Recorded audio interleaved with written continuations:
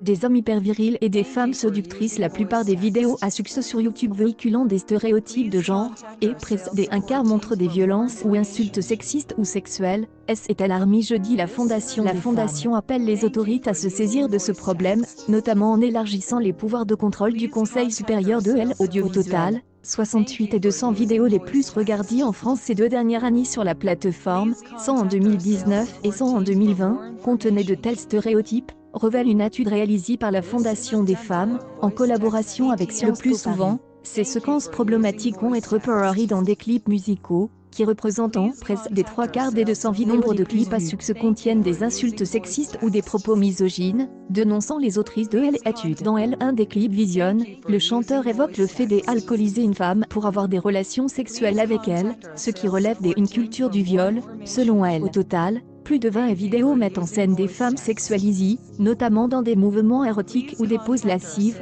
et environ 35 ressentant une image dégradante des femmes. Elles y sont cantonnées à un rôle esthétique et inactif, subissent du harcèlement de rue, ou sont filmées avec un cadrage insistant sur leur poitrine ou leurs hanches. Ces violences et ces préjugés vont au-delà de ce qui est tolérable, a commenté au pro de l'AFP Sylvie Pierre Brossolette, ancienne membre du CSA et coordinatrice du rapport pour la Fondation des femmes. Ces images ont du succès, mais font beaucoup de mal, car elles donnent une vision biaisée du mâle dominant et de la femme dominée, donc font le lit des violences dans la virile, insiste-t-elle. Les pouvoirs publics doivent se saisir du problème et lutter contre ce sexisme en liberté sur Internet, plaident les autrices du rapport. Ainsi, la loi pourrait élargir les prérogatives du CSA, celui-ci devrait désormais pouvoir assurer que les programmes diffusés ne contiennent pas de propos et images sexistes ou dégradants à raison du sexe, ou de l'identité de genre, propose par ailleurs. Les organismes publics de soutien à la production, comme le Centre national du cinéma, CNC, ou de la musique, CNM, devraient s'engager à ne plus financer des œuvres véhiculant des propos et images sexistes, dégradant tous. Les plateformes numériques pourraient par ailleurs s'engager,